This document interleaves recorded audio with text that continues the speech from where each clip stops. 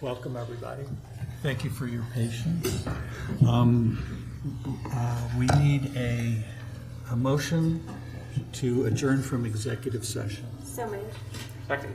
It's been moved and seconded. All those in favor indicate by saying aye. Aye. Opposed? We are adjourned, and we will turn to roll call for the regular meeting.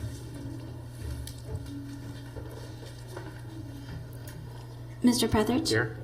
Ms. Ragu? Here. Mr. Bracken? Here. Ms. Franklin? Here. Ms. French? Here. Mayor Snavely? Here. Councilor Ellerby apologizes for not being able to be here, but he has health issues to deal with today, so he will not be here. Those who would like to, you may join us in the Pledge of Allegiance.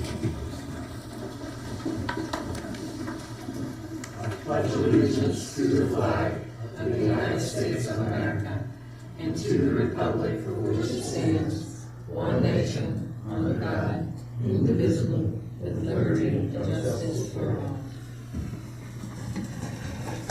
Thank you very much. Next item is approval of the agenda. Can I have a motion? So moved.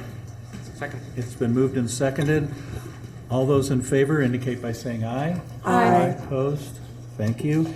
We'll move now to public participation, and we will begin, as we sometimes do, with a proclamation.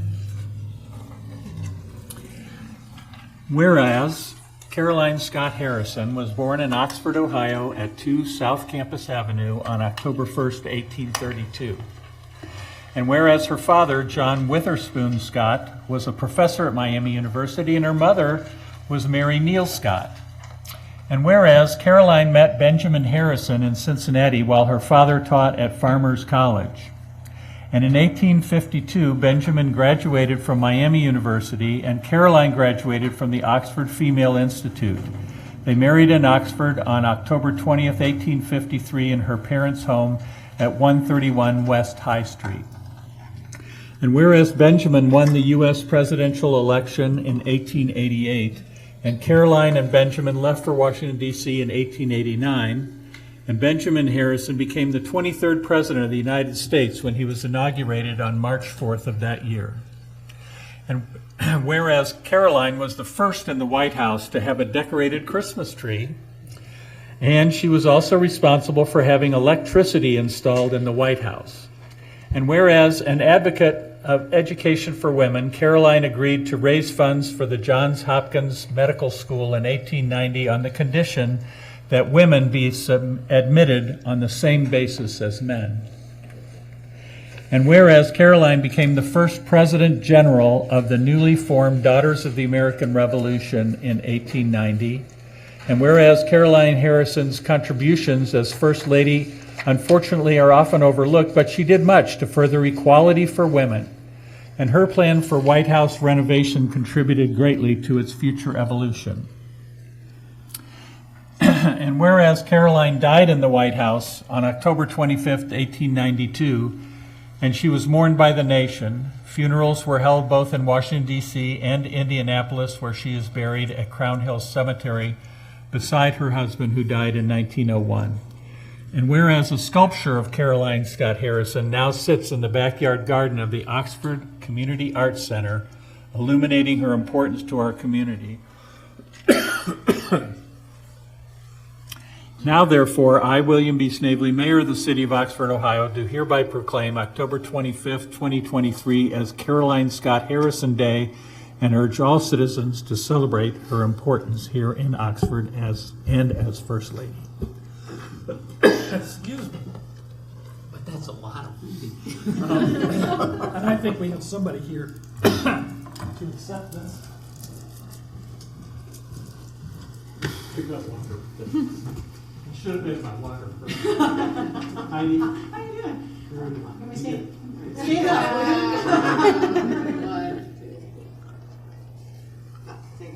Stand up.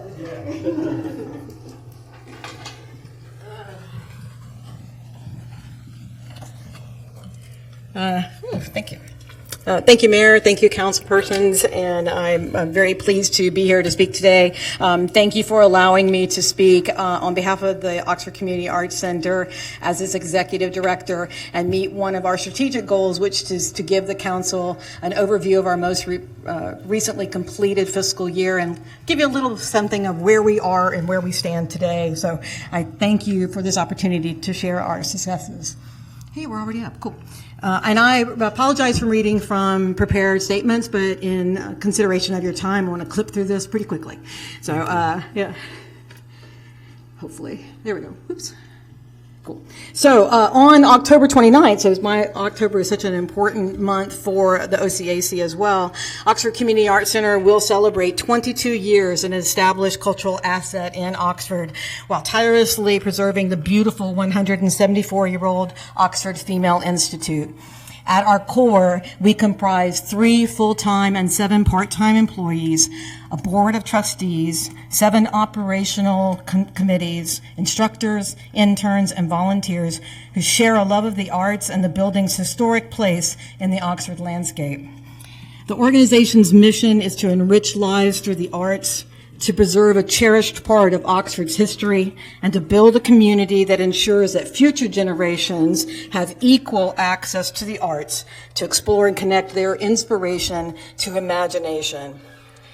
Our approach to reaching and achieving our mission is threefold: a dedication to exhibiting visual arts in all its forms, a desire to present events that elevate and enlighten, and the capacity to build community through engagement opportunities that encompass the greater Oxford area.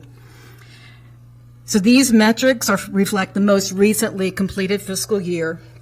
As you know, our dedication to local artists through curated exhibits cannot be overstated. 3 gallery spaces are updated monthly to showcase various local and regional artists. Last year, we presented 22 exhibits comprising 803 works of art from 157 local and regional artists, due in large part to 3 group shows. And while the OC does take a small commission, we pay anywhere from $2,000 to $5,000 annually to artists whose works are sold while on exhibition. In addition to our gallery spaces, the OCAC is home to 30 resident artists, and we have a current waiting list of 10 more who want space, including 22 painters and photographers of all genres, 3 writers, 3 musicians who teach from their studios, Opening Minds Through Art, an intergenerational art-making program for people with dementia, and Flowing Grace, the area's only local dance company. 7 resident artists have called OCAC home for 15 years or more. While some of these artists might be able to work from home without their OCAC studios, the dance company, our local community theater company, our papermaking artists, and our teaching artists would find it extremely difficult, if not impossible, to find reasonable accommodations within our highly competitive rental market. And since 2008, the OCAC has also been home to the Art Shop Collective, a group of local artists who sell their work. This past summer, the OCAC took over operations of the gift shop, which works are on commission, and grandfathering in the remaining 6 artists of the collective, we've been able to add another 8 of our resident artists who can sell their work now through the gift shop. For 22-23, we welcomed over 10,000 participants to OCAC events. We produced 22 live performances employing 81 performers, 71 of whom are Ohio natives. This Ohio artist is Robert Post, getting ready for his 3rd school day performance at Talawanda Middle School, where he performed How to Survive Middle School to over 700 students and teachers in 3 shows in 2 days, in addition to his general audience show at the OCAC on Friday evening. Those 3 school shows were offered free to Talawanda Middle School by the OCAC.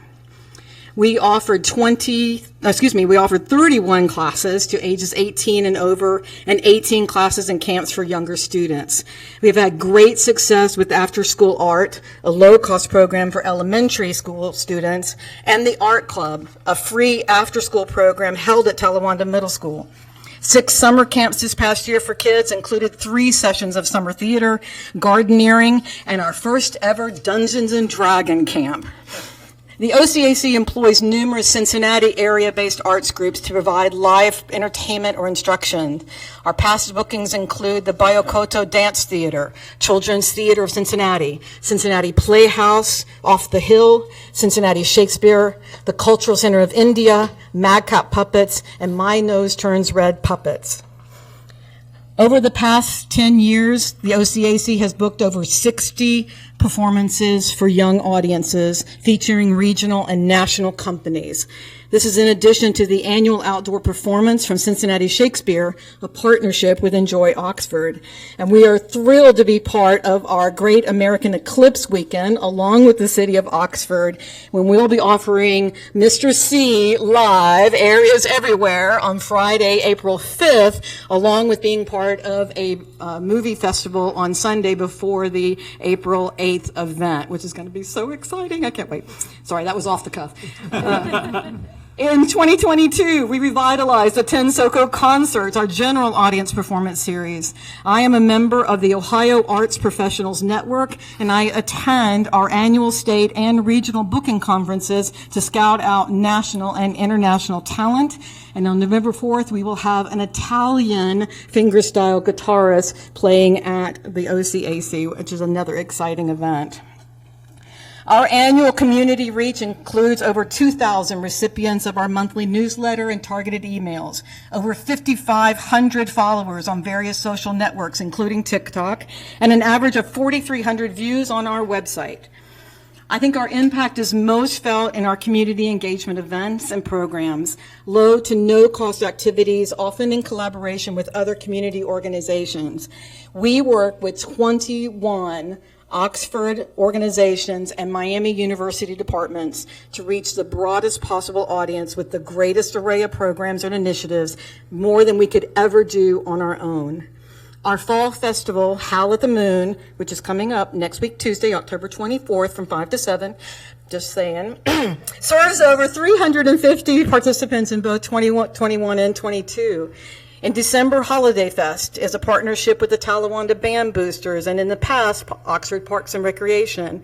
Other collaborations include free classroom space for the Institute for Learning and Retirement, free faculty concerts from Miami University Music Department, free end-of-year concerts in the Outdoor Pavilion by the Talawanda Jazz and Steel Bands, and curated art in the Municipal Building in partnership with the Public Arts Commission. And notice the word, how many times I use the word free.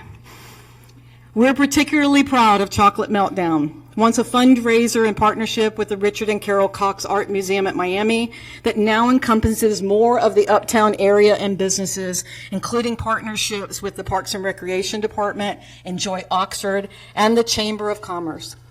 In January 2023, we estimated attendance at just over 1,000 participants came through our doors in the 4-hour event. Other upcoming collaborations include Oxford Empty Bowls, a 21-year partnership fusing the beauty of ceramic art with the awareness of food and insecurity and homelessness. Our Free Movie Fridays, including 3 summer movies in our pavilion, co-sponsored by the City of Oxford. And our second year of participation in Blink Cincinnati, and we will be participating coming up, where the OCAC float was placed not with the other arts centers in their section, but rather we were placed in the regional pride selection. Yes, go Oxford. So the OCAC is fortunate to have a solid base of support through our individual donations to the annual campaign, business donations and sponsorships, high levels of volunteerism, and participation in our classes and shows. Last year, we had 86 volunteers who served over 2,000 service hours. According to the Bureau of Labor Statistics, that volunteer wage rate would equal $31,000 at the low end and $46,000 on the high end, a remarkable statement of community investment and commitment to the arts. 34% of our earned income budget comes directly from donations and grants, such as we are pleased and proud to receive from the City of Oxford. We have been a sustainability grantee from the Ohio Arts Council since 2016, a sustaining impact grantee from ArtsWay, the United Fund of Cincinnati, since 2013, and a multiple project grantee from the Greater Oxford Community Foundation since 2008. An additional 22% of our income is realized through the annual gala event, and this year's gala that was budgeted at $70,000 grossed over $81,000. And while we depend significantly on donations and grants, we have maintained a healthy financial standing coming out of the pandemic. In 22-23, we significantly exceeded our $373,000 unrestricted operating budget, including an in-kind donation of a 1932 Baldwin baby grand piano valued at $35,000 that now sits in the north parlor of the first floor. We also received over $32,000 worth of donations for our gala. So things are very positive in our first quarter. We made $166 last year, so that's a positive, and we're looking really good for our first quarter. So the Oxford Community Arts Center is proud to be a part of Oxford's community character and civic pride, and we strive to be the cultural centerpiece that brings our residents together through their shared cultural experiences and makes Oxford a great place to live. Thank you for your recognition of Carolyn Scott Harrison. She is so important to us and important to our Oxford Female Institute, and thank you for your time. Thank you, Heidi.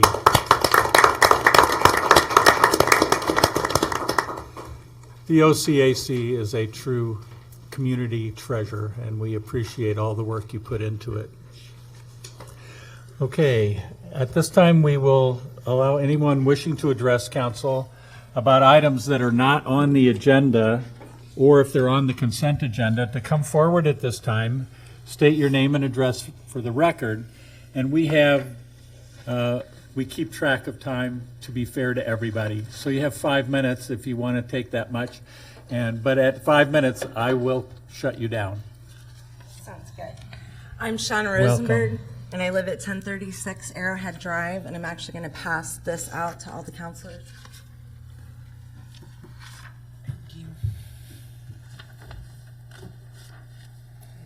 Thank you, Shauna.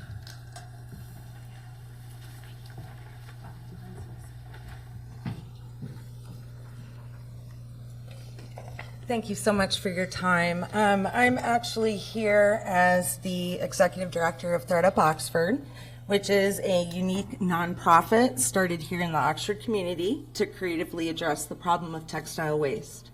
Our mission is to provide an outlet for the City of Oxford and other nearby local communities to take a sustainable approach to textile use. There's no other business like ours in the region, and even nationally, there are very few businesses tackling textile waste with our model of asking the local community to reduce new textile purchases, encouraging the reuse of perfectly good textiles, and finally, making sure that everything else is recycled. I've passed out ThredUp Oxford's case for support to each of you that details what I'm saying tonight, as well as more about our positive effect on the community. Our nonprofit began during the winter and spring of the COVID pandemic in 2021. At first, it was simply an action group that diverted 2,700 plus pounds from the landfill in an April textile donation drive. We accepted all textiles and ended up redistributing it, much of it, back into the community through partnering with Tops Food Pantry to bring clothing to the Parkview Arms community. We also did many giveaways from my basement and 4 storage units on College Corner Pike. At that time, even our creative reuse materials were given away to philanthropic and artistic projects.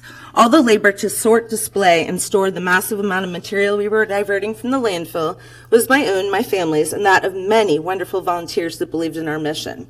We gave away over 4,000 worth of good quality clothing and home textiles in 2021 to those in hardship situations. We continued through the first half of 2022 to do clothing giveaways, both scheduled and at our storage units. Finally, we were able to secure enough funding to begin the rental of a space in our local Westgate Mall with retail space and warehouse space to accommodate our model. This was in July of 2022 when we took on the added financial responsibility of rent and utilities. In order to cover these costs, we began using a retail model for our good quality clothing and home textiles and the textile arts and crafts materials.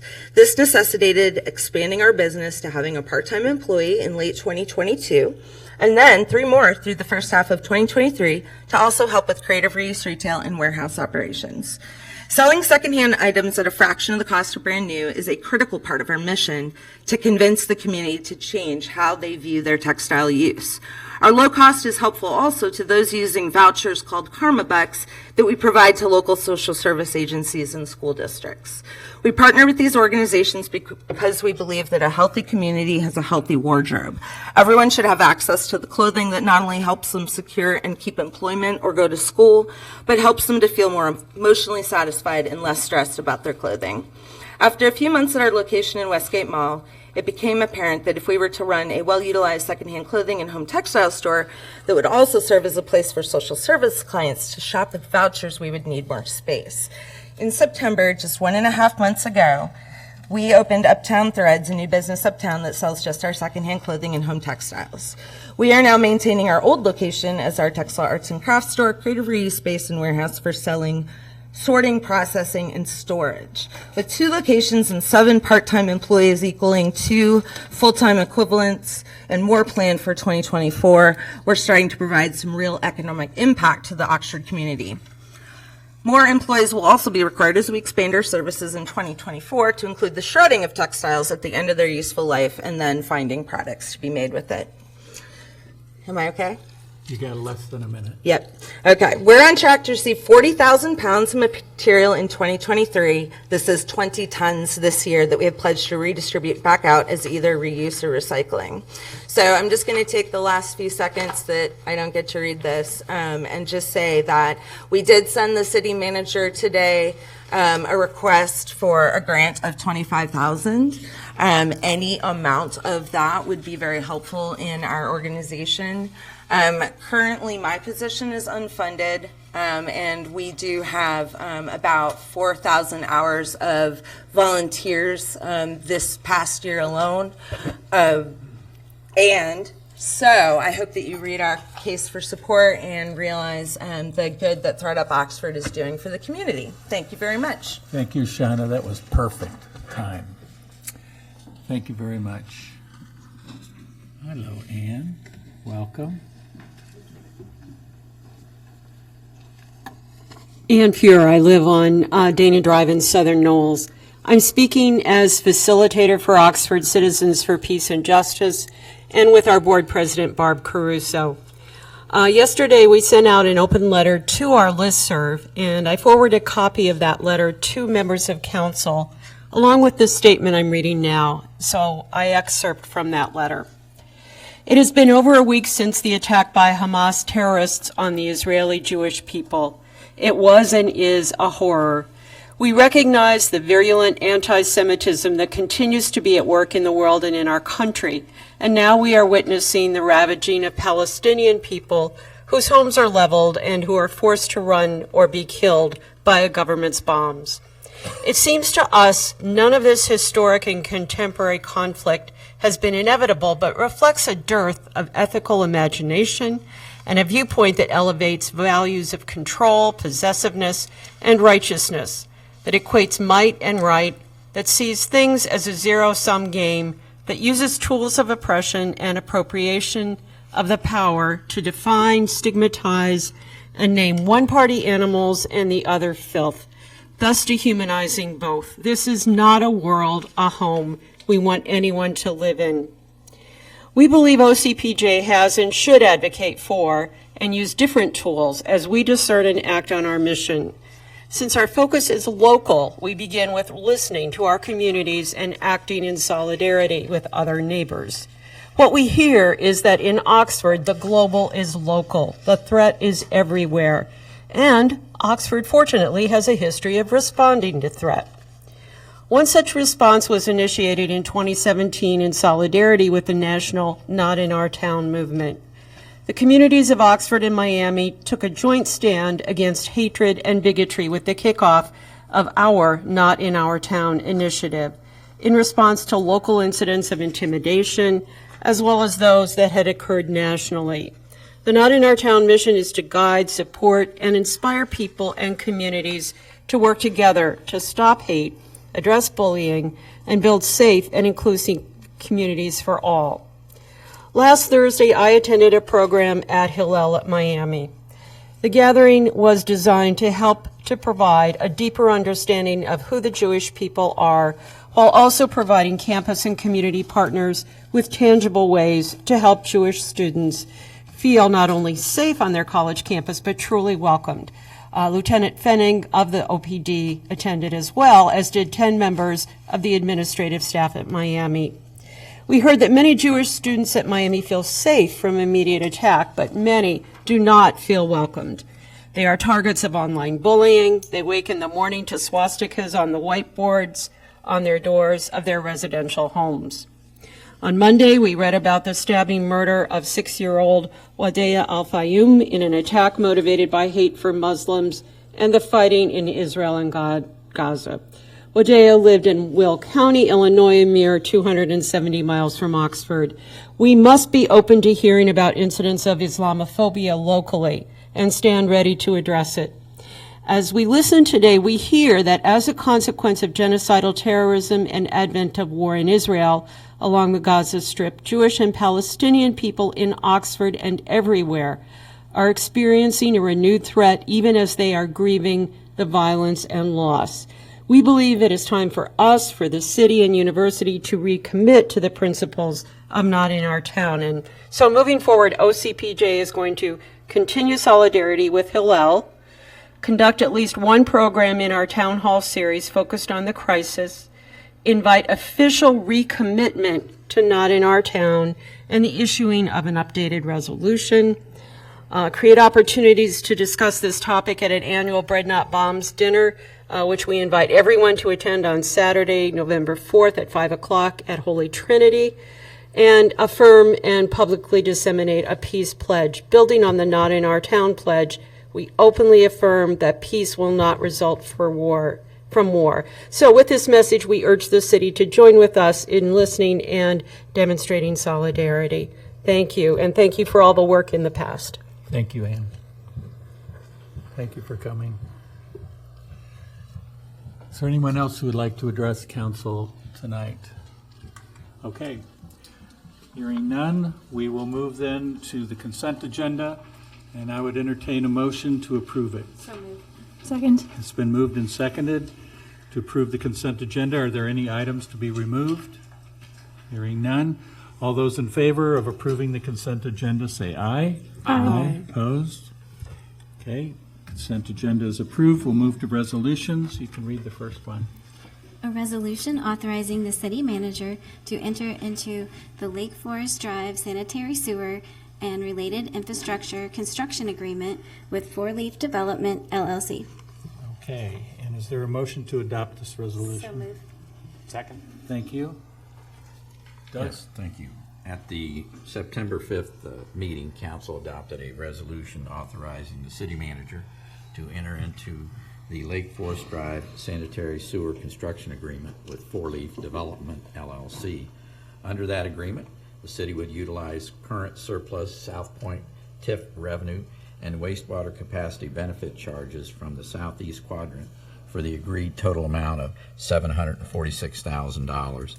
Both parties agreed that the substitution of the financing for the sanitary sewer construction would replace the city's financial obligation for the remaining road construction stipulated in the 2006 development agreement. Also, both parties agreed that no other requirements remain unresolved between the parties, and that on completion of the sanitary sewer construction, all terms of the 2006 agreement will have been met.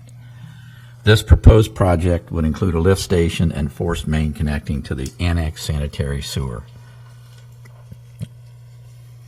This agreement avoids the establishment of another TIF district and borrowing funds to pay for construction. The sum of money provided for the sanitary sewer construction is based on the estimated cost of the remaining road at $746,000. So after the September 5th meeting, the developer requested permission to utilize funding for other infrastructure improvements related to the project, including streetlights, curbs, sidewalks, streets, and the like. Since the agreement provided to council did not include this provision, it was necessary to bring a new resolution and agreement to City Council. The total amount of funding remains at $746,000. This revised agreement provides the developer flexibility in completing other related infrastructure improvements for the two proposed housing developments, South Forest Edge Section 1 with 36 lots and South Forest Edge Section 2 with 21 lots. All other terms of the earlier agreement remain the same, and I'd be glad to answer any questions you have about this resolution and proposed agreement. Thank you, Doug. Is there anyone from the public who would like to address this resolution? Okay, thank you. Counselors, you have questions or comments? So basically, the amount of money that's being satisfied remains the same. Yes. Okay. Yes. So here's the question, and again, I want to thank you because I think this was not an ideal solution, but compared to either no development or some multi-mile long gravity-fed sewer, just a question about, as a lift station, there probably the ongoing operational costs are different than they would be for a gravity-fed sewer.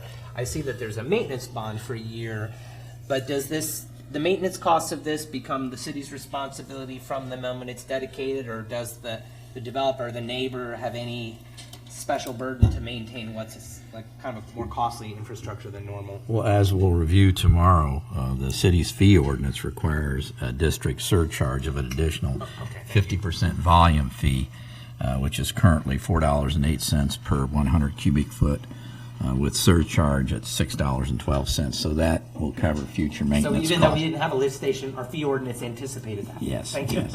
Okay, that's good. Thank you for asking that question. Any other questions or comments? Ready to vote? All those in favor indicate by saying aye. Aye. Opposed? Thank you very much. The resolution is adopted. We'll move to the second one.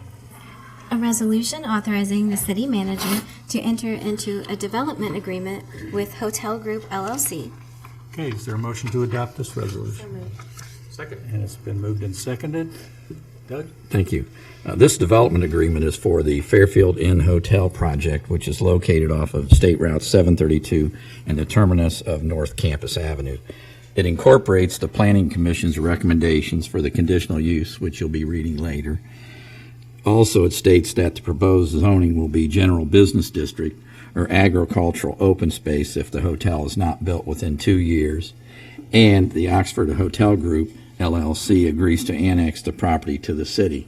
Now, of course, we have on the agenda later an ordinance to accept the annexation, but it's necessary since the 3 parcels are currently located outside the city of Oxford's corporate boundaries, as we all know. So if after this resolution is adopted by council, City Council decides to amend or add to the Planning Commission's conditional use recommendations, the proposed agreement will be amended to include those changes. Okay. And I'd be glad to answer any questions you have regarding this resolution and the development agreement. Is there anyone from the public who would like to address this resolution? Okay, thank you. And counselors? So just to clarify, because I had some questions about the final approval, but I can wait. We can talk about in that context, and if there were a change to the conditions, it would be, okay. That's Yes. good. Yeah. Now's not the time to talk about these things. Okay. Ready to vote? All those in favor indicate by saying aye. Aye. Opposed? Resolution is adopted. We'll move to the third. A resolution authorizing the city manager to sign a memorandum of understanding with the Butler County Land Reutilization Corporation. Okay, is there a motion to adopt this? Second. It's been moved and seconded. And we have Sam Perry for us. Good evening. This is a request from staff to partner with what's known as the Land Bank, or the long version, Butler County Land Reutilization. This is an opportunity for the city to have an official partnership and access to funding. Every other jurisdiction in Butler County has a partnership, so it's time for us to do that as well. There are some funding opportunities that are coming up. Brownfields, which have real or perceived environmental issues with them, or sites that are vacant and blighted that need to be cleared, whether they're public or privately owned. We've got a few of those around town. Fortunately, we don't have very many. And so we actually have a list we're starting to work with the county on, and if we have this MOU in place, we could potentially access that funding. Excellent. Thank you very much. Is there anyone from the public who'd like to address this resolution? Councilors? I think this is a really smart thing for us to do, and we all know of some properties that might apply to. Okay. All those in favor indicate by saying aye. Aye. Opposed? Resolution is adopted. We'll move to number 4. A resolution authorizing the city manager to request advance payment of property taxes to the city in 2024 from Butler County. Okay. Is there a motion to adopt this resolution? Second. It's been moved and seconded.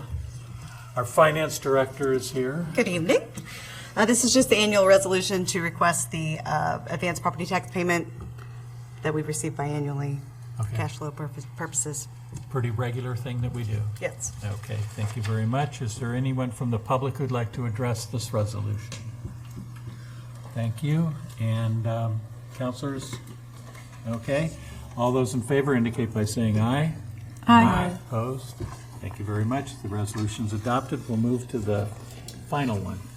A resolution directing the city manager to develop an RFP for the construction of affordable housing on city-owned Chestnut Street properties and begin the rezoning process. Okay, is there a motion to adopt this resolution? Second. It's been moved and seconded, and Jessica is here. Good evening, councilors. Thank you. This proposal before you tonight deals with the properties that we have been purchasing with our ARPA dollars and our community development block grant dollars for the purpose of affordable housing. So just to kind of remind everyone where that is, it is the teal area we already own, which is 603 and 607 West Chestnut Street. And then that little red area is 601 West Chestnut Street, which we are in the process of acquiring, and hopefully we'll do that this month. As you know, you have a goal of, and the comprehensive plan has a goal of housing opportunities for everyone. And we've been in an objective to actively work toward ensuring housing affordability and attainability for all income levels. One of the first things that we need to do is to rezone this property to allow for higher density. And anyone, based on the ARPA rules, anyone who would construct there would need to have the housing serve individuals who are at 60% area median income. However, the ARPA rules allow a community to increase that level to 80% area median income if you have regional evidence that you need to do so. I believe that our 2020 housing needs assessment gives us such evidence to raise it to 80% area median income if we so desire. That says our housing needs assessment says that 54% or 2,319 renter occupied households in Oxford pay more than 30% of their income toward rent, and that the inventoried non-conventional units have a gross average rent generally higher than many others in conventional apartments surveyed in the area. So I believe those two facts lead to that we could increase our income levels if we want to. To kind of give you an idea of what those are, here is the chart that the Butler County Community Development Block Grant uses. And so you can see for a family of 4 at very low income at 50% is an annual income of $50,550. It's not here, but 60,000 is 60,660, and then 80% is 80,900. The second step is we're going to try to rezone it, go through that process, then set our income limits, and then finally, who's going to help us build affordable housing. And the YWCA did approach us, and they are here this evening. And in speaking with City Manager Elliott, he suggested that an RFP process would be the appropriate approach to do this. And so that is what's drafted before you. It's a more broad statement. I do believe the YWCA has a request that's a little bit different, and so I'm going to let them speak during public comment. But that's what's before you this evening, and I'm happy to answer any questions or help any way I can. Okay, thank you very much. And we'll now turn to the public. If you'd like to address this resolution, come up. Once again, you have 5 minutes. And we'd be glad to hear from you. Give us your name and generally where you live, and we appreciate it.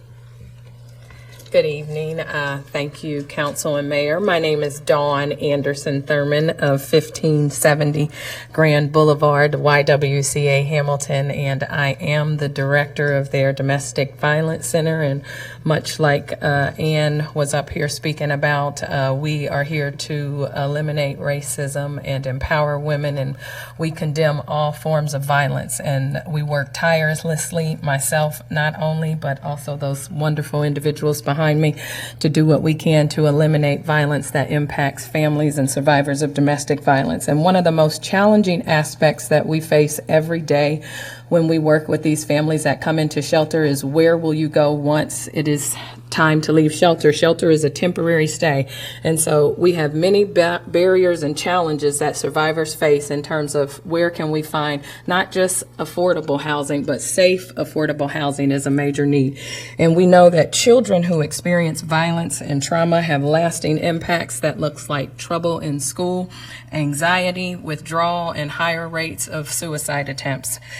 In Ohio for 2023, we had 112 fatalities, and 22 of those fatalities involved children. And we have seen the family annihilation or familial suicide has increased. It has doubled this year. And also 3 of those deaths occurred right here in Butler County. We work tirelessly to serve Butler County survivors and their families. We serve 50% of the people that come through our shelter are from Butler County. 33% of those individuals are from Hamilton County, and 17% are from other neighboring counties and or states. We provided more than 1,300 supports and services to survivors this year. And of that 1,300, we were still unable to house more than 1,000 survivors who needed safe places to go. We have seen a significant increase just from January to presently in the number of crisis calls we receive daily and monthly. We went from 125 crisis calls in a month to more than 250 crisis calls in a month. We have seen significant increase in the number of families we serve, and we anticipated that with our new building. However, even from August of 2022 until August of 2023 this year, 40% of the families that we served, we were able to find safe and affordable housing. 20% either went to a different institution or a different facility, or maybe we don't have all of the information, but we know for sure that 40% returned to unsafe spaces or they return to their abuser. We are trying to do everything that we can to provide safe and affordable housing for our survivors. And since we have been in our new building, we have seen an increase in emergency response, but that emergency response has not been from any of the domestic violence survivors and their families in that building. We have had 1 call in the entire 10 months that we have moved our building to a new service. We don't believe at all, and I know for sure that we don't have incidents of abusers attempting to come to shelters. Abusers are harming families and doing things in isolation. They do not come to the shelter where there is safety and protection. We are asking today that you change the RFP and agree to work with YWCA so that we can provide the safe, affordable housing that families need. We are under time constraints, and if we're unable to do that, we would likely not be able to continue this project. And what that will look like for the families and the communities that we serve is dire. It could be fatal in some situations. This October is Domestic Violence Awareness Month. This current week is a week without violence, and it is befitting that we just left Miami University doing a presentation to a room full of young women from Omega Chi Alpha. I might have gotten that wrong, but that's a minor point here. But they were on fire and excited about the services, and they have supported us, and especially me and the domestic violence shelter since I have been here. And it is just befitting that we get to come here and continue to advocate for housing and our survivors. Thank you very much. You did very well. Kept up 5 minutes. We appreciate it. Is there anyone else who would like to address council? Honorable Mayor and all council members, my name is Wendy Waters Cannell, and I am the CEO of YWCA Hamilton, serving all of Butler County. And this is the dream team behind me that will be involved in building a brand new affordable housing project in the city of Oxford, if you will permit it. We know there is a need, and we know that we can do it. because we've already done it for individuals, and it's located in Hamilton. What is beautiful about this city is its culture, its openness, and its opportunity zone. This particular area at Chestnut Street scores as high as it can score for the low-income housing tax credit grant application, which is what we intend to access in order to build this facility. 37 units of 2 to 3 bedrooms for families. We know that families escaping domestic violence are the most vulnerable in our entire county. We intend to serve a high proportion of Oxford citizens because we know from research data that rural families actually suffer more injuries and serious deaths as a result of isolation from resources. So our presence here in this city, by virtue of being here, may save lives. That's our expectation. We also expect that the families who are living in our facility, which will be 24/7 staffed, locked at all times, we intend to have great relationships with local law enforcement, though we don't expect to have to use those for the reasons that Dawn has already outlined. We know these families have the potential to have a different future and a different economic outcome if we're supporting them with job skills and training, so we believe they can contribute to the local economy. I know this to be true, and in closing, I support the request for an amendment to the RFP process and allowing you to work with us, YWCA. We have experts who are lined up behind us. They helped us build that brand new campus. They can help us do it here if you allow it. There was a mother of 4 children, 11 down to 4, driving around Butler County looking for safe, affordable housing, trying to make a decision to escape domestic violence in her own home. She did not have a high school degree, and she didn't have any skills that she believed were applicable. Her 11-year-old was begging, please leave. I'll get a job. I'll get a paper route. I'll get whatever job I can. Just don't go back. She went back because she didn't have the option. That was 1976. I was that 11-year-old. Housing makes a difference. I am a successful outcome of support services, teachers who believed in me, and resiliency that can be built in families for a different future. And we are asking you to allow us to do what we know we're really good at, and that is changing the future for families who need it the most. Incidentally, it will be housing that will be affordable. But more importantly, it will be housing with support services to change families' lives. We thank you for the consideration of this request. Thank you. Is there anyone else who would like to address council?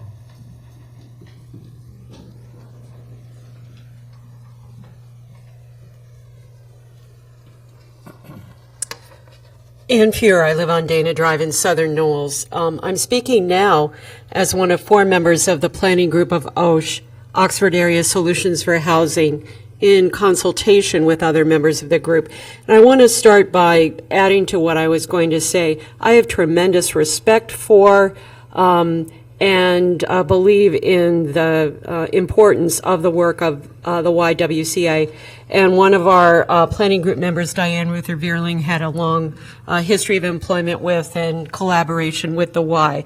So I've prepared a statement that supports the resolution as worded, but I welcome a considered conversation about both the resolution and the amendment that has been mentioned. I have 4 points. First, I endorse support of the resolution and the strategies for development of affordable housing stock it includes. Second, I would like to comment on 3 of the whereases of the resolution. In one whereas, inclusion of the number 323 related to critical needs suggests that although the comprehensive plan goal of housing for everyone is mentioned, and I have heard council members mention that Oxford needs housing stock at all levels of affordability, this resolution indeed targets rental units with rent under $1,000 a month, thus privileging the needs of those for whom consequences of lack of affordable housing are most severe. In another whereas, advocating for higher density housing, this aligns with our belief that higher density housing is necessary to address the considerable need. Visuals we have seen of proposed housing units resemble the neighboring ones on Charleston Drive, thus being compatible with the surrounding neighborhood and lessening our one factor that affects NIMBY, a not in my backyard response from the community. And in a third whereas, adjustment from 60% to 80% of median area income recognizes and tries to counter the extreme market conditions that consistently privilege housing for more affluent residents of the city. My third point, I want to endorse several steps of the process that arrived at this resolution that I believe are important. First, I said not tying the zoning change to any time-sensitive project or specific proposal allows for more considered discussion and greater buy-in on the part of the community. And second, consulting with members of the Housing Advisory Commission about a preferred target market for the housing provides input to define the housing in a way that will best meet the needs of Oxford residents, while pursuing development opportunities that address needs of categories of residents who are most at risk of homelessness, both those leaving violent domestic situations and members of the underpaid workforce need housing. Both groups would benefit from increased housing stock. And my fourth point, OSH formed in part to raise public awareness of just how many residents of Oxford are at risk of becoming homeless because of the lack of affordable housing stock. We knew that along the way we would hear NIMBY, whether it comes from resistance to change, fear of issues related to security, or concern about lowered property values, and that we would need to change NIMBY to YIMBY. We believe that OSHA's multi-sector extended planning process is helping a broader audience understand the complexity of the situation particular to Oxford, speak out about concerns, and lessen potential resistance to low-income and permanent supportive housing. I think the resolution is a step in the right direction, but I've got to say I'm conflicted. I directed the Women's Studies program at Miami for decades, and so I am very sympathetic to the needs of the population served by the Y. So I just needed to make that clear. Thank you. Thank you, Ann. Is there anyone else who'd like to address this resolution? Okay, thank you all for coming and for addressing it. Now it's council's turn. Can I ask for clarification? Because I'm trying to understand, maybe the public's trying to understand, like if the request for proposals and the terms of what the request for proposals are not stipulated here necessarily. So I'm trying to figure out what's going to be inside and outside. Like, is there a conflict? I hear a conflict, but yeah, what are we talking about? Let me clarify the conflict. So when the YWCA approached us, the city manager and I had a conversation, and we said, you know what, an RFP would let us review other proposals and think about what we want, and that would be a good approach. And we were like, yay, us. We kind of went away. And then Wendy called me and said, that's great, except we need to know by the end of November if we have the site control in order to continue with their application for a 9% tax credit. And so they were just very clear with us that they don't have time to go. An RFP process, just to be clear, even if I got it out Friday, would accept responses probably in 30 days, which would be the end of November.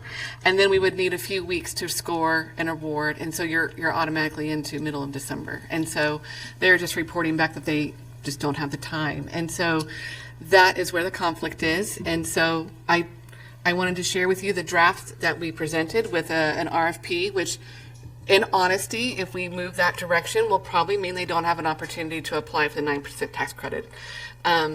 What it would mean is that we would accept other proposals and see what people are thinking. So I'm turning to council, and we have not had an opportunity to speak with HAC about this yet because of the timing. And this happened last time too, where it seems like when these opportunities come forward, it's like, and hurry up, go. And so I feel like I owe you the opportunity to understand that the opportunity is there, but also the opportunity to see what's right for the, to kind of pause if you want. So I think what we're faced with is, on the one hand, our original goal was to provide affordable housing for people in our community who work for Miami University, who work for the schools, who work for other places in town who would like to live in Oxford but can't afford to. So that was the original goal of our affordable housing initiative. And the option that we have is to basically abandon that and put all of that property into, and so I'm looking at Jessica in case I'm reading this wrong, to put that into a YWCA housing project that they have described for people in Butler County, women in Butler County who need help. So it's a big decision, and what we decide will determine whether we stick with our original goal for that property and when we achieved it, or whether we think this other goal is more important and we need to shift. Is that a pretty good, Jessica, did I state that okay? Because I think that's what our decision is about. I would say that is accurate. Okay, thank you. You know, procedurally, it's funny because often I feel like the city of Oxford, we move too slowly. But then sometimes recently we've moved so quickly. And so the part of me that loved the responsiveness, oh, because somebody wants to build something, let's do it. I'm all for that. Like, we've got a moment to act on it. But the planner in me is kind of like a little, to go for something without looking at what alternatives are. I just, like, an RFP, I know it doesn't fit with the YWCA's, but like, to be able to put a number of different proposals on the table side by side.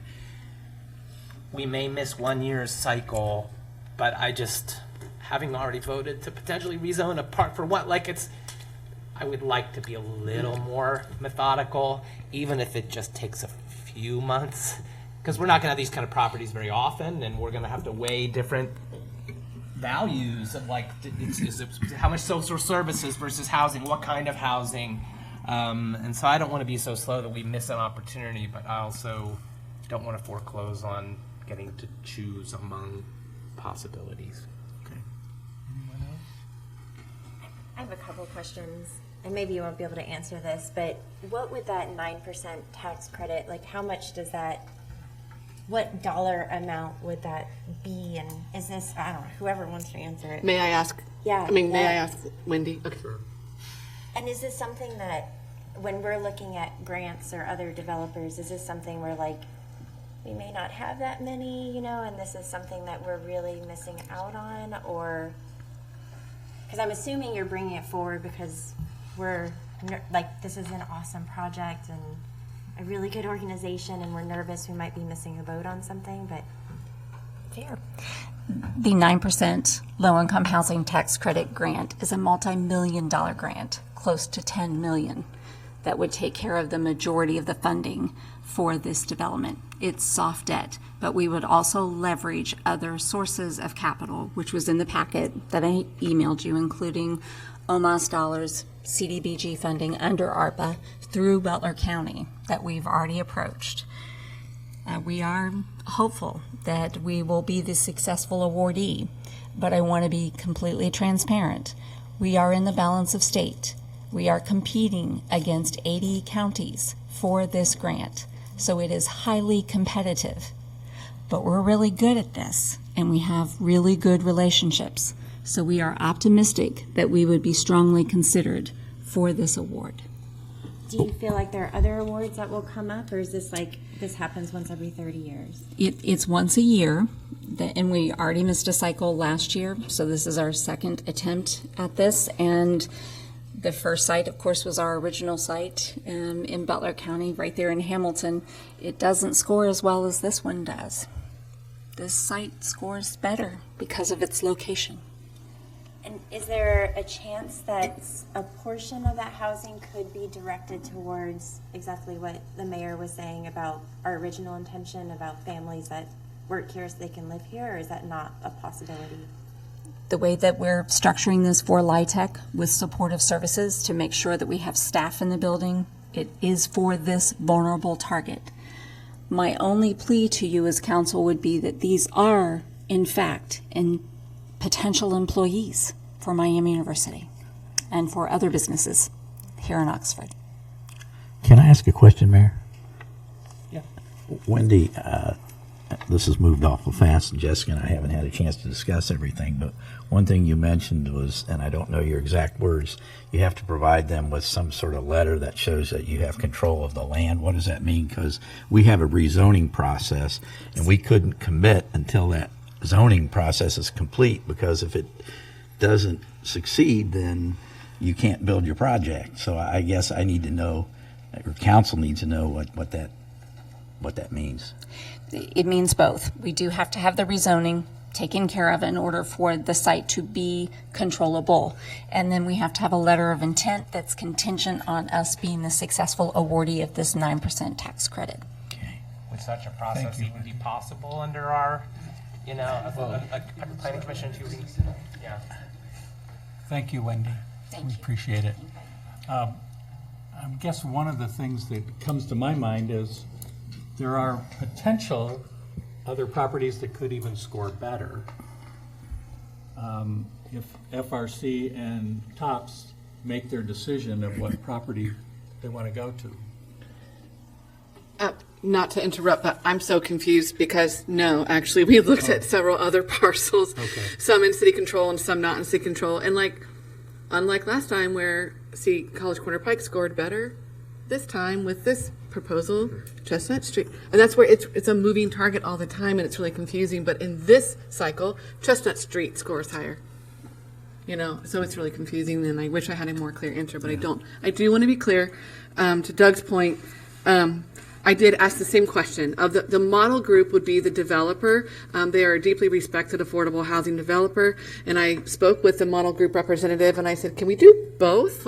Can we have certain number of units that are for families fleeing domestic violence and a certain number of units that are just truly just income restricted? And the answer was no, because of the way that they were developing the site with safety and security and staff and that kind of thing.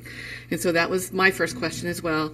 And then the other is I did approach and said, we would prefer a ground lease, and I just need to be transparent. They strongly prefer a purchase, and that we could do what's called a first right of refusal in the future if they wanted to sell it. So there are layers of things here that need to be considered. If you want to consider this project, we could table this and I could draft a new resolution for the next meeting, which is early November, or you could pass it as is, which is an indication that you want to do the RFP and not the YWCA right now. So I wanted to kind of let you know a couple of options. Just would rezoning even be technically possible on the time frame that they're talking about? Planning commission and two? No. It could be or no? No. Sam, I'll let you speak. Deferring, head nodding, and waving. I'm looking at the city manager, who is the one who would. Well, I mean, you'd have to pass emergency legislation. Yeah. I think their deadline is in February, so site control could be before that, but rezoning could be done by February. Okay. Okay, I thought I heard in November. Yeah. That's what I heard too. The letter of intention to rezone and do a sale of the land, if they are awarded to grant, would need to be done by November. That we would commit to doing that, and then it needs to be completed by their application, I believe, which is in February. Okay, are there any other questions? And then I think we need to move to discussion of what you want to do. Okay, discussion of what you want to do. I mean, what's your priority? Is your priority housing for everyone in Oxford, or is your priority to shift to a Butler County project and postpone? Jason has been. Were you ready? No. You feel free. I want to help as many people who need help as possible. I care less about where they live, and in fact, until we have plenty of people in need in Oxford, as I'm currently involved with many people in the audience and trying to resolve that. This is a group that needs help. This seems like a great opportunity, and I'm ready to try and jump on it, I think. That's where I stand.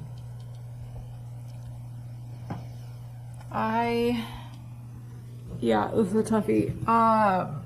I think I also have an inner planner, unbeknownst to me until this moment, that is a little wary of the speed, but I think that's also because we just had an issue where things went so fast, and then I think things maybe weren't there was a lot there, and it seems like there's a lot of complexity here.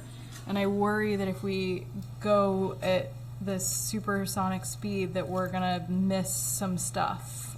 Not through kind of any fault of any of the organizations involved. I think it's just, I like the idea of being able to hear multiple proposals for this project because it is such a monumental opportunity that I want to make sure that we're doing that, taking the time and doing the due diligence and talking to the Housing Advisory Commission. I think that I am erring towards the side of caution and deliberation on this, but again, not through any fault of value of organizations, just my own internal kind of like, I want to be deliberate about this. So yeah, that's where I'm leaning. Okay. Anybody else want to speak on this? This is hard for me because I feel confused still. Like, I feel like everything's been discussed so quickly that there are things that I would like to be able to deliberate on more as well. I just want to also share that, and I've shared this before at council with the Reproductive Freedom Resolution, that I experienced domestic violence as an undergraduate student in Canada. And I remember the feeling of needing a place to stay because the place that I was staying was not safe. And considering staying in a shelter while I was going to school and being afraid to tell my parents what I was going through. And I didn't have a family to worry about. I didn't have kids.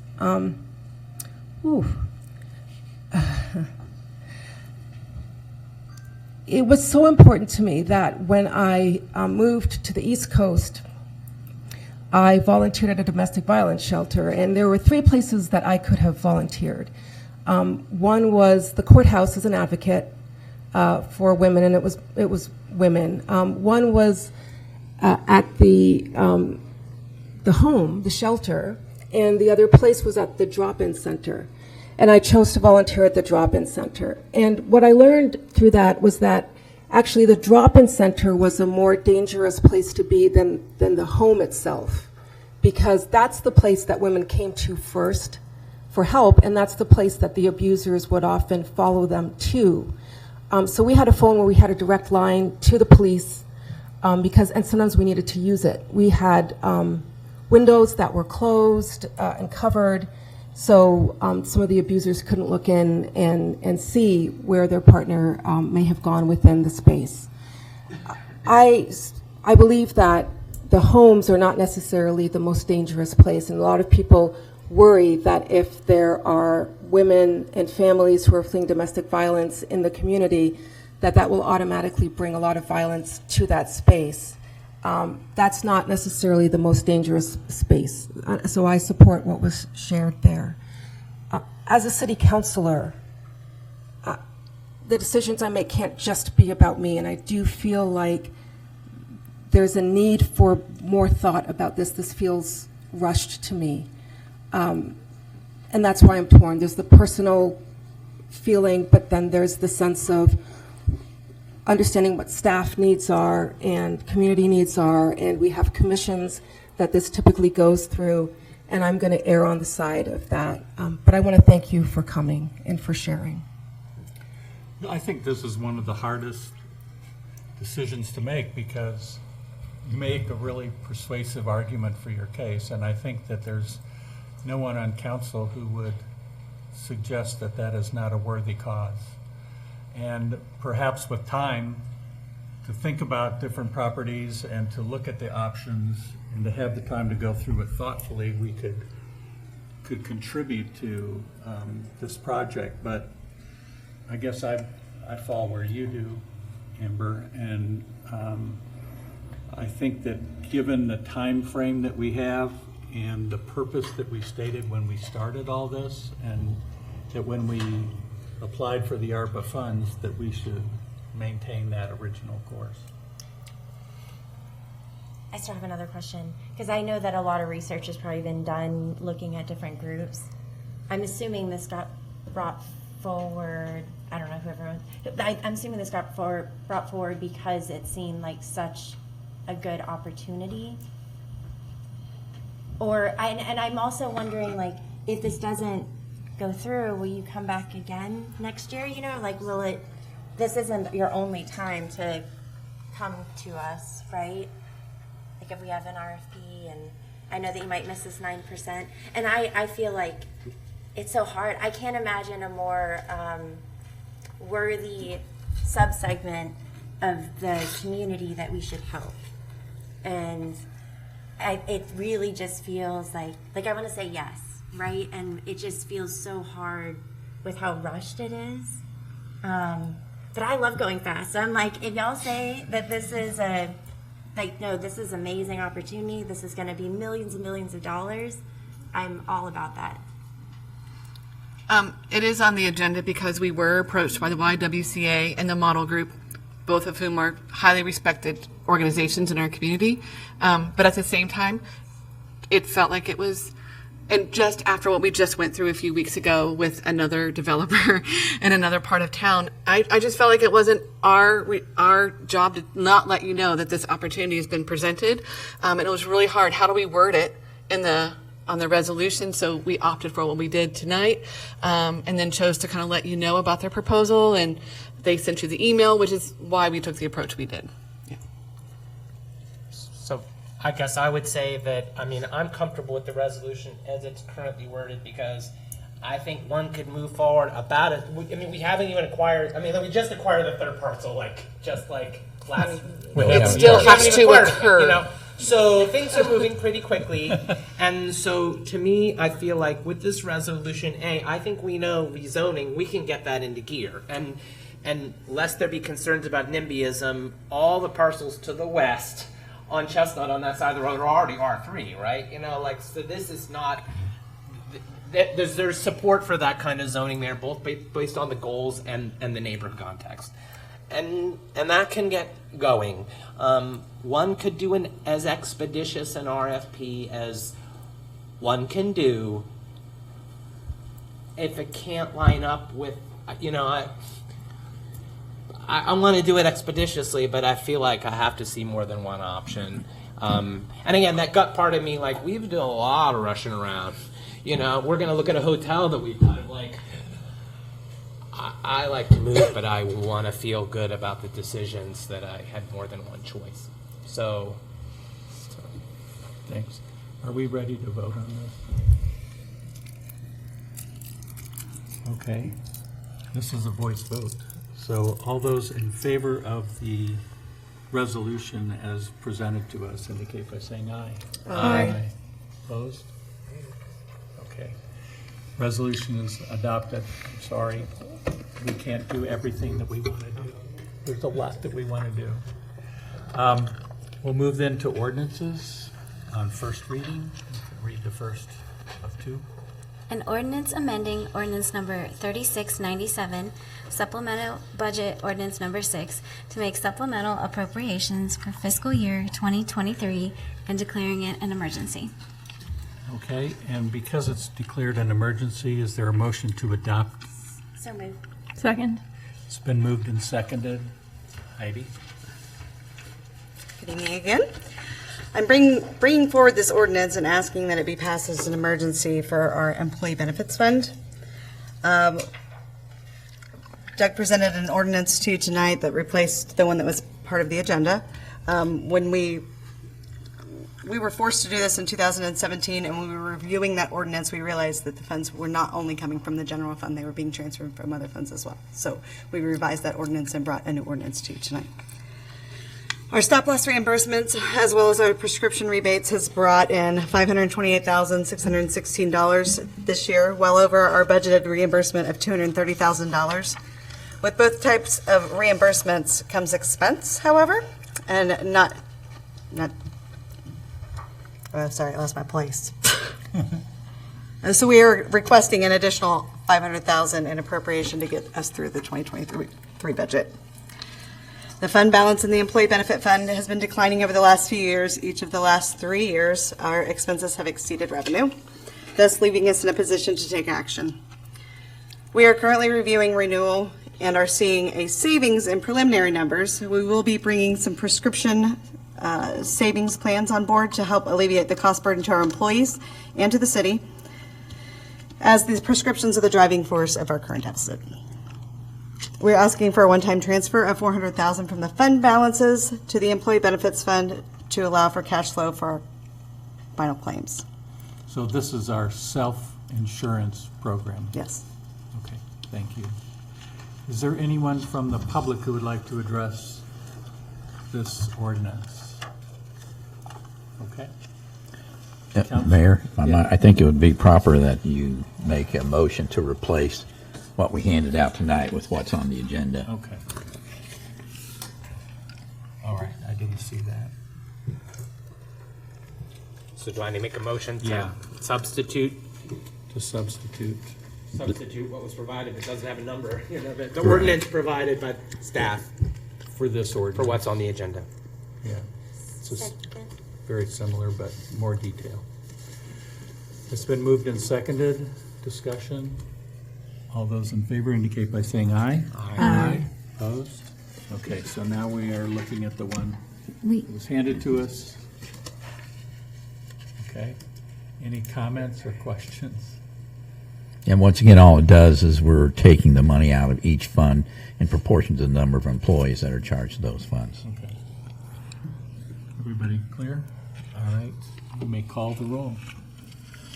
Ms. Reggio? Yes. Mr. Brecken? Yes.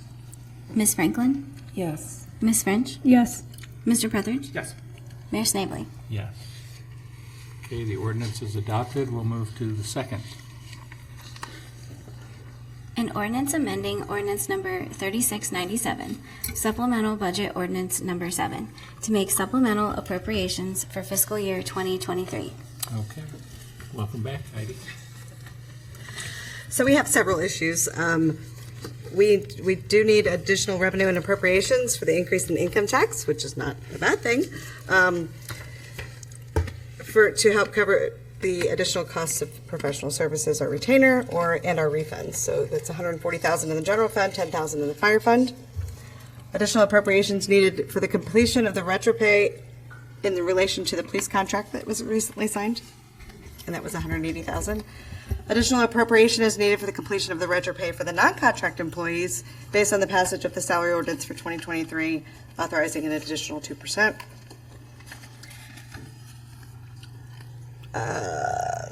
Additional revenue and appropriation are needed for the increase in the hotel and convention tax and the payment of such tax to Enjoy Oxford. That's $68,000 in the general fund increase in revenue and $88,000 in the hotel tax fund.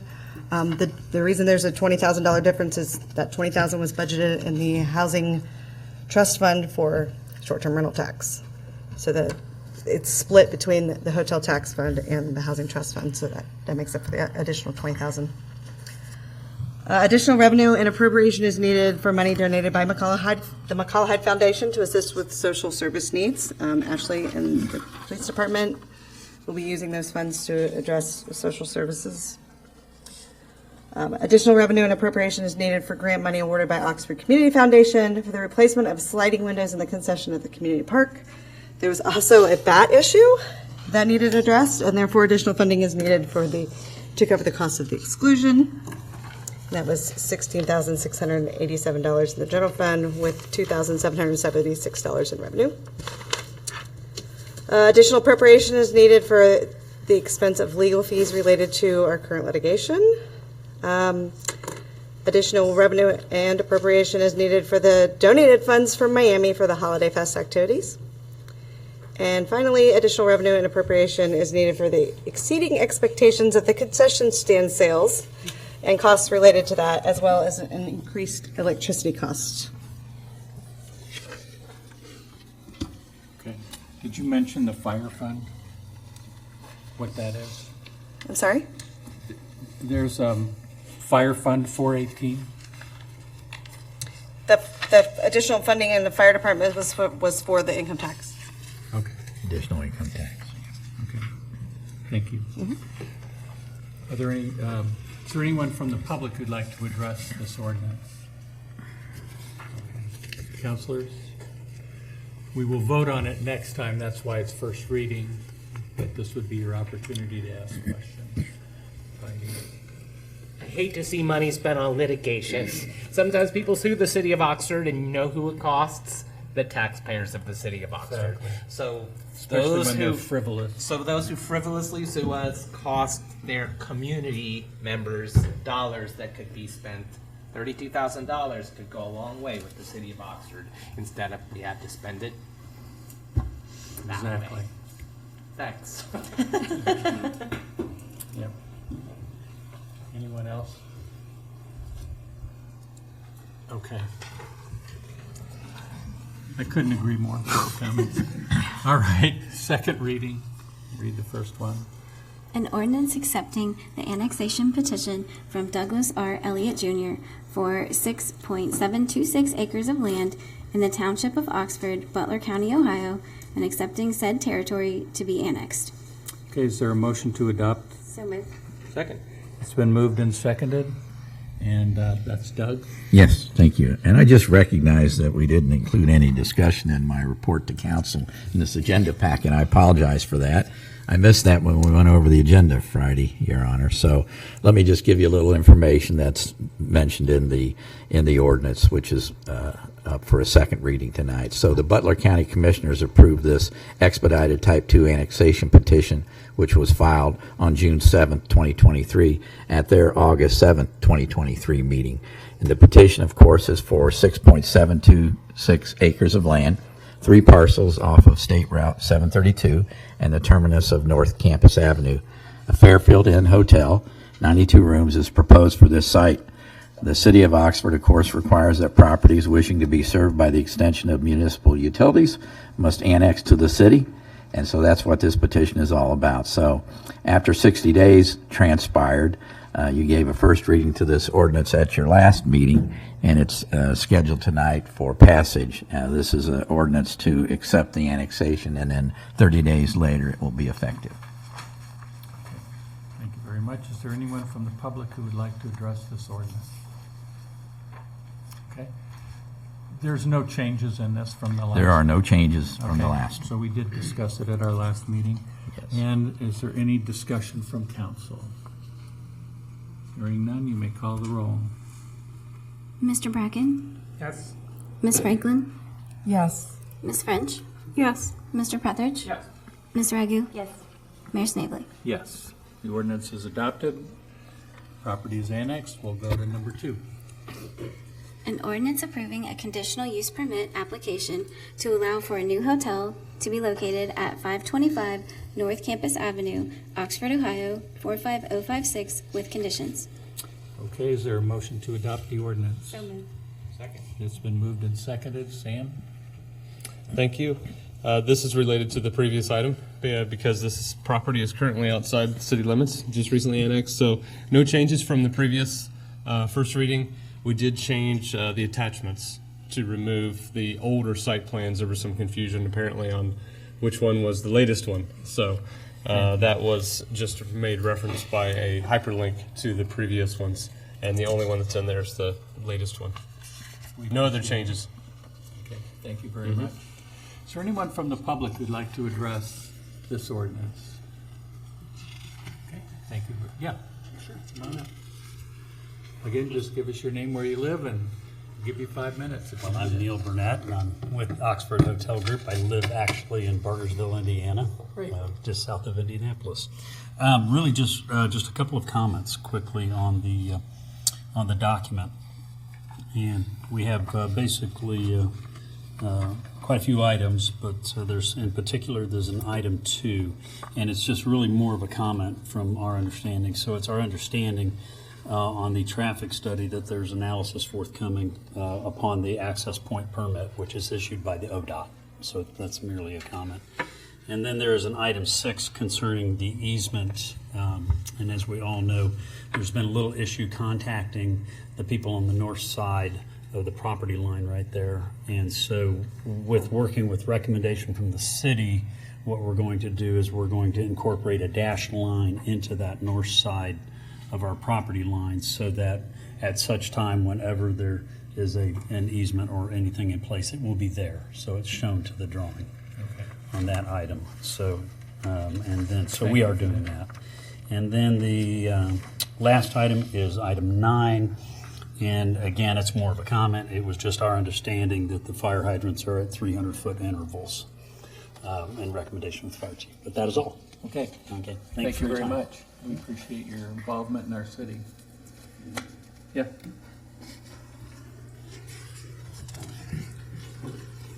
Tim Cameron, 5258 Morning Sun Road, Oxford. And I think Sam, Mr. Perry addressed this, but I just want to make clarification. In the agenda for tonight, there was a new site plan, civil drawing 3.0, that cited that there would be an agreement on a fence along my property line with the proposed hotel. And I just want to make sure that is what's replacing the previous civil drawing 3.0. Thank you. Okay. Thank you very much, Mr. Cameron. We appreciate it. Is there anyone else who wants to address this? Counselors? Anything you want to address? I do have one thing, and this is, it's late in the process, but this has moved through relatively quickly. So I was trying to just make sure, when I think about these conditional uses, I try to think like a neighbor, which is what would be a negative impact of this that would need to be mitigated. And that's why it's been so wonderful that we've had neighbors really involved in this process. The one thing that I was thinking about, because I had hoped that in this process, the hotel would face kind of away from the neighbors towards town, with the lights and the signage and all the activity, but because of the site plan, that wasn't really possible. But one of the last little things is that it does still have signage at the top of the facade, illuminated, that to me, if I were a neighbor, I'm going to look out my bedroom window, I'm going to see this Fairfield by Marriott sign, which I presume is, like most things have, so that they can be seen from the street, right? Like that's why we have signage that's at the top of a building that you, but this building is never really gonna be visible from the public way, really. You know, it's too far, it's like 500 feet from Morning Sun Road, but it's only 250 feet from the adjacent property there. So when I think about what's the purpose of a sign that's gonna be so high, that's gonna be the, I mean, it's like, it's not gonna provide wayfinding. So to me, I'm just, this is just the question I asked at the last stage, because ask now, it's forever hold your peace, is that to me, the signage on this front facade is really just to confirm that those people who already know where they're going, right? Like, is this signage really going to provide any advertising value? Anybody who's coming to this site knows where they're going, and then it would confirm. Does it need to be mounted at the top of the building that would be visible to adjacent neighbors?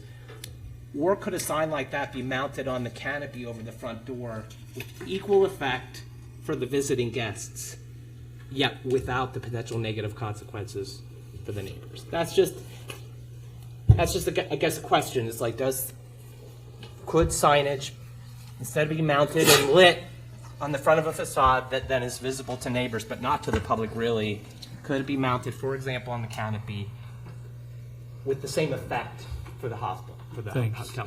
Does it lose anything in the process? Sam, do you want to address the signage? Clarify it for council. The signage was discussed quite a bit, as you recall.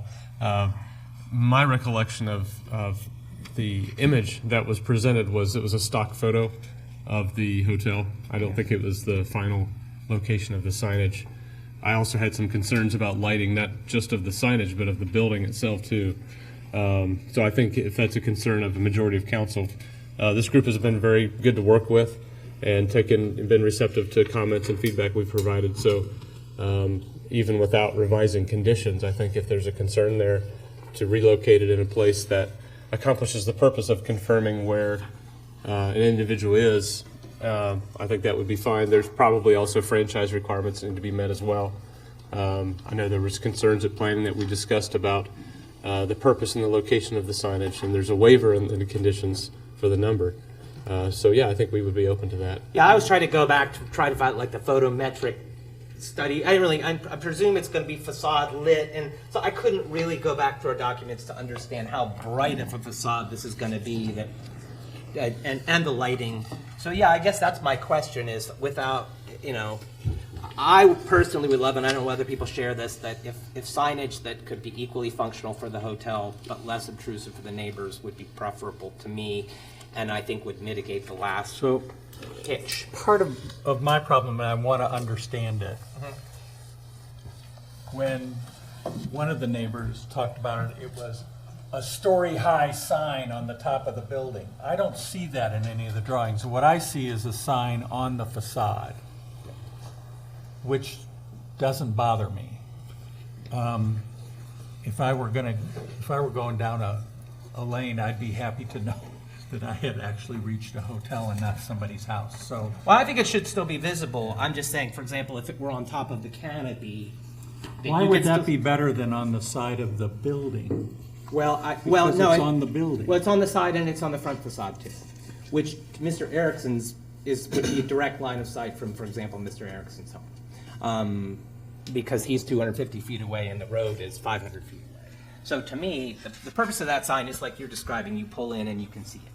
You know you're in the right place. Does that need to be mounted at the very top of the building where it's then visible beyond the property? That's my question. I would support having the least obtrusive type of signage for the neighbors possible. That's not a big deal. Okay. Can we make that as an amendment? Yeah, I don't know whether it needs to be your, it's going to be understood by staff. If it's important to you, you need to make an amendment. Okay. Because the waiver that's in there now is not that detailed. Okay. So you're going to have to make an amendment to, Condition. which condition is it? Well, the signage condition is condition. There's so many. It's number 14. To me, I'm just spitballing here that the condition would be that the signage, the walls, the signage on the western facade be mounted, I don't know, some maximum height or no mounted no higher than 2 stories above the ground or something. Yeah. Just make sure you get the narrative. Yes. Please. Okay, thanks.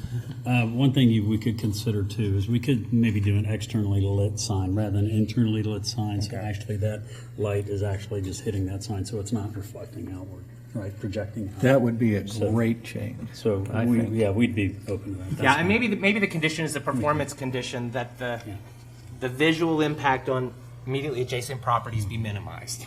And then you do it that way, you could go lower, By you could go staff less approval. bright, and, it addresses the concern. So does that make sense? That the condition then be, facade signage to the western facade be designed to reduce visual impact on adjacent properties. So an additional condition, not Yeah. rewording. Right. Yeah, I was just tacking a sentence onto 14. So it'd be 14A. It would be between 14 and. Yeah, that's what it says. So just basically and it's really only that sign is the one I'm really worried about. Does that, You want to say it one more time? Yeah, so that the wall-mounted signage on the western facade be designed to minimize visual impact to adjacent landowners. That'll work. Thank you. That's the motion. Is there a second? Second. It's been moved and seconded. Any discussion? All seems reasonable.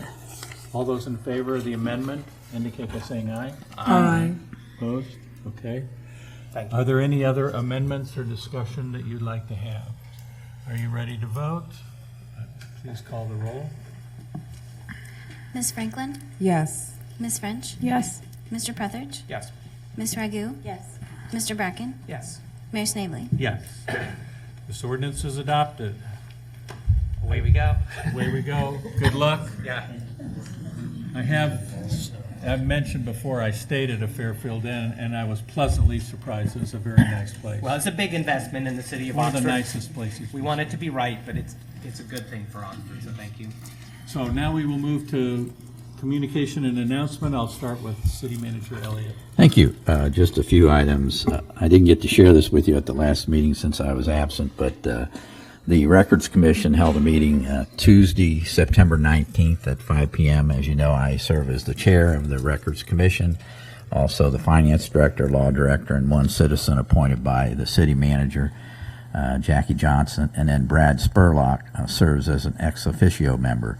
So at that meeting, the commission reviewed and approved an amended records retention schedule for all departments and divisions, and I want to thank Heather for her hard work and Chris for his review and Jessica for her involvement in it. This was a monumental task, I think Heather said she started on it when she first started here with the city. So, and then thanks to department heads for their input on it too. So we do have an approved records retention schedule that's been submitted to the state, and we'll see if we get any comments back from them.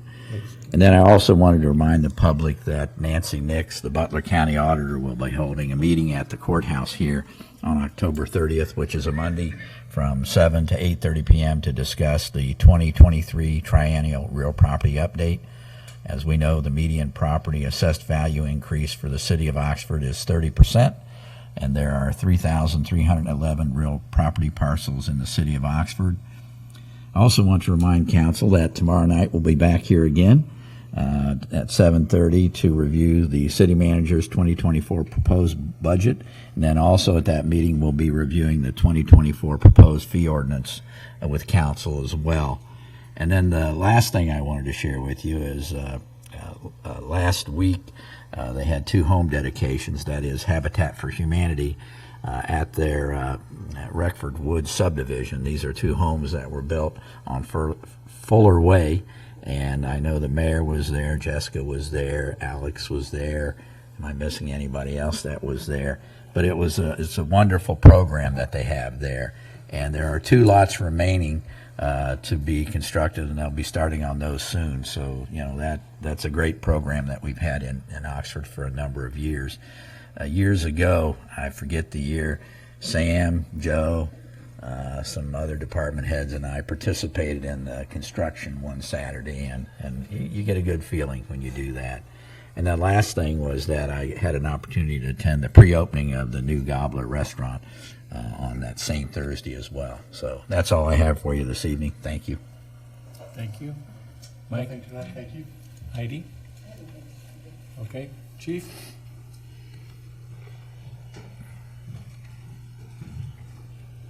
Welcome, Chief Jones. Thank you, Mr. Mayor. Kind of in response to Ian's comments earlier, I just wanted to kind of reassure council that we are working very closely with Miami University's Hillel and also Shabbat and Rabbi Yossi, and just trying to a lot of communications have been happening and a lot of security concerns. So we work very closely with them, and our staff's been doing a lot of extra patrols. Just trying to support our Jewish community. We also coordinate with the Miami University Police Department as well as the Jewish Federation of Cincinnati, the Safe Cincinnati Security Team. So we've been working hard on that. And of course, we also we'll be doing the same with any incidents towards the Islamic community as well. So we are out there. We're aware. We're kind of heightened awareness of all these issues that are happening. And working on that.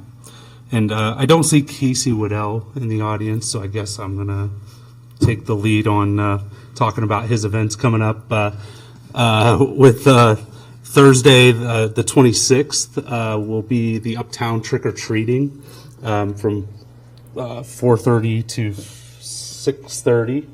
And so there will be a lot of little kids in the Uptown area, so traffic. Just be aware of the traffic up there. And then at 7 p.m. will be the Lions Club Halloween Parade, and we'll be coming down High Street with the rest of that. So that'll be a busy night for us. There's a lot of other trunk-or-treat events at different various churches and things like that. But then on the 31st will be the residential trick-or-treat from 5:30 to 7:30. What everyone always wants to know, Chief. I know. I see it out there on social media as well. Has it ever changed in the time you've been employed here? For the last 21 years, it's been the same, and probably well beyond that. So, so again, we would just ask motorists to be cautious and to be alert as it's getting darker earlier. So, thank you. Thank you. Okay. Our fire chief is not here, so I'll go to Sam. Nothing, thank you. Jessica?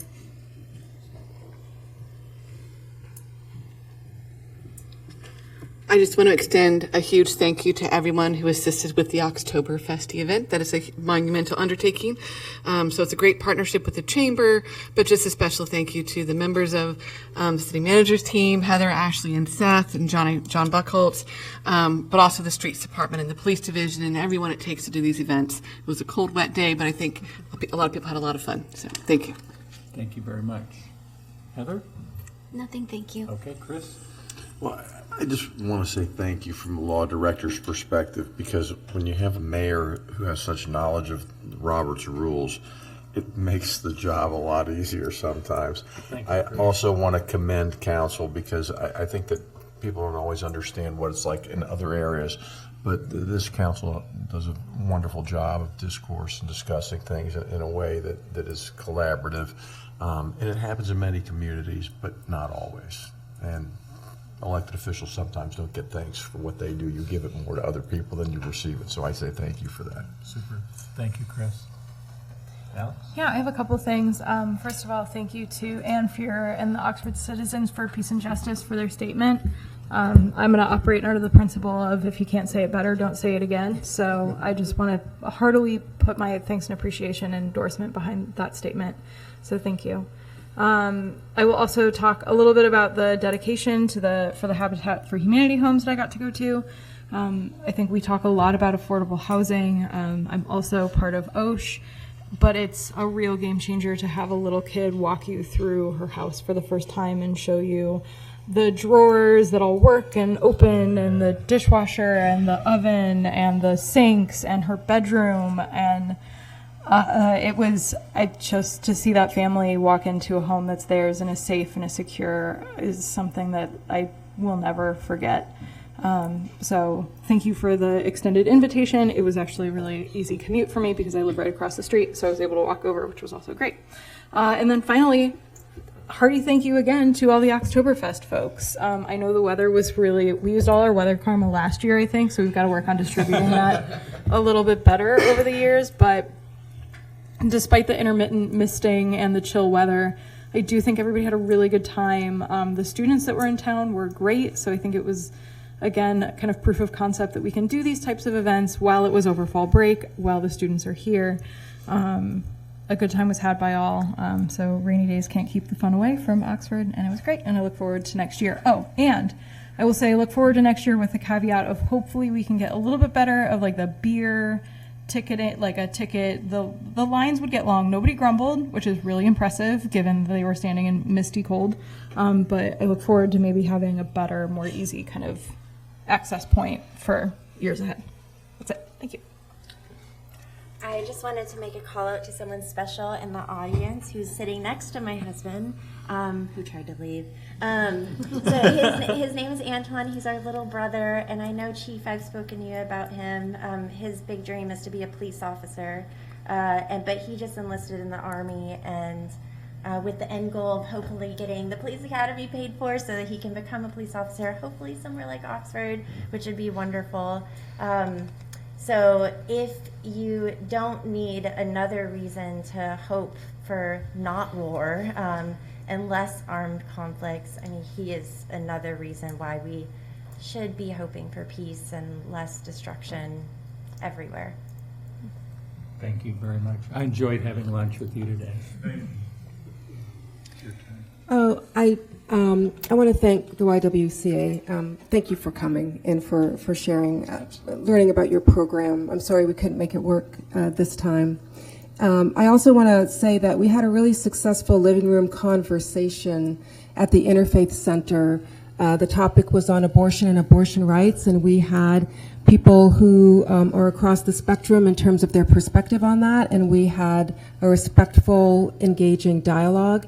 And I think it's proof that people from different perspectives can look at each other in the eye and disagree respectfully and agree on some things too. And I think we need more of that in this world, especially now. So thank you to everyone who came.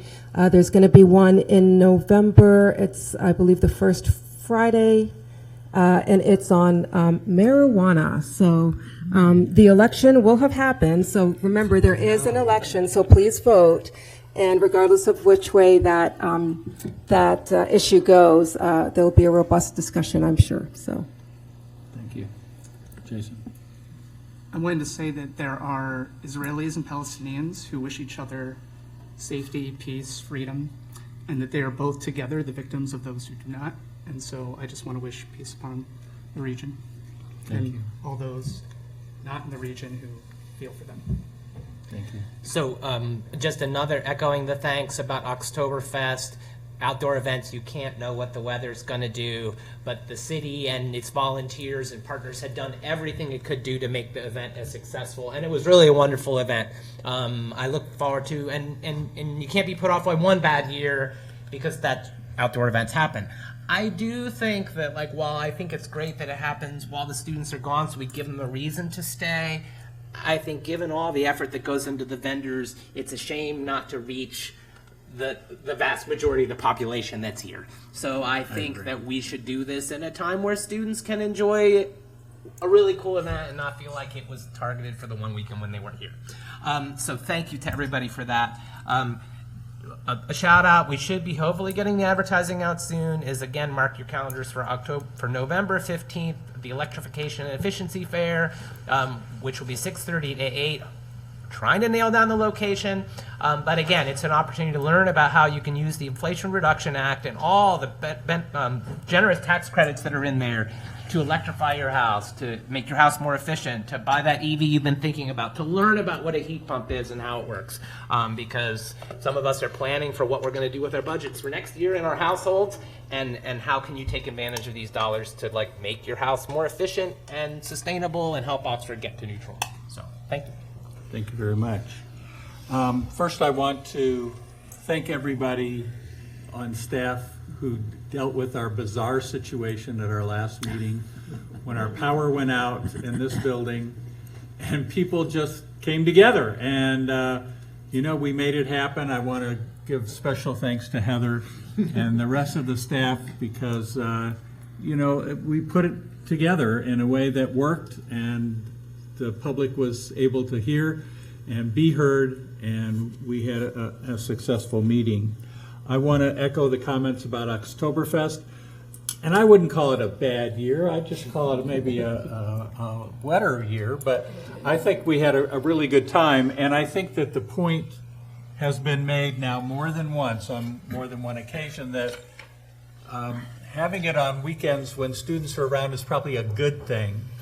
And I think we should also look for an earlier date so that we have a better chance for warmer weather. And we'll aim for the 3rd annual, maybe this time with pins. So pass that along to Seth. I think that I also appreciated the Habitat for Humanity opening and meeting the families and how much this affordable home meant to them was profound. And they were so excited to move into their new home. This was not the first ribbon cutting, but it was the most recent, and it was very meaningful. And there's 2 more coming in that neighborhood, and so we need to think about where else they can have for another street to go. And finally, I think there's a point to be made that you made very eloquently, that we have people in our community who are Jewish, we have people in our community who are Muslim, and some Palestinian, and certainly we all have opinions about that area.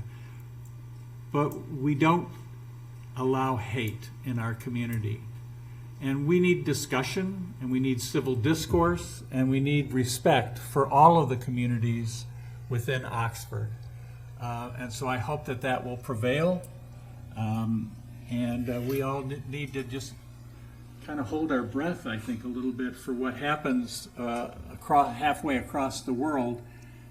And I would finally say that the war in Ukraine is still going on. And we must not forget that. So, with all that said, I will entertain a motion to adjourn. So moved. Second. It's been moved and seconded. All those in favor indicate by saying aye. Aye. Opposed? Thank you very much.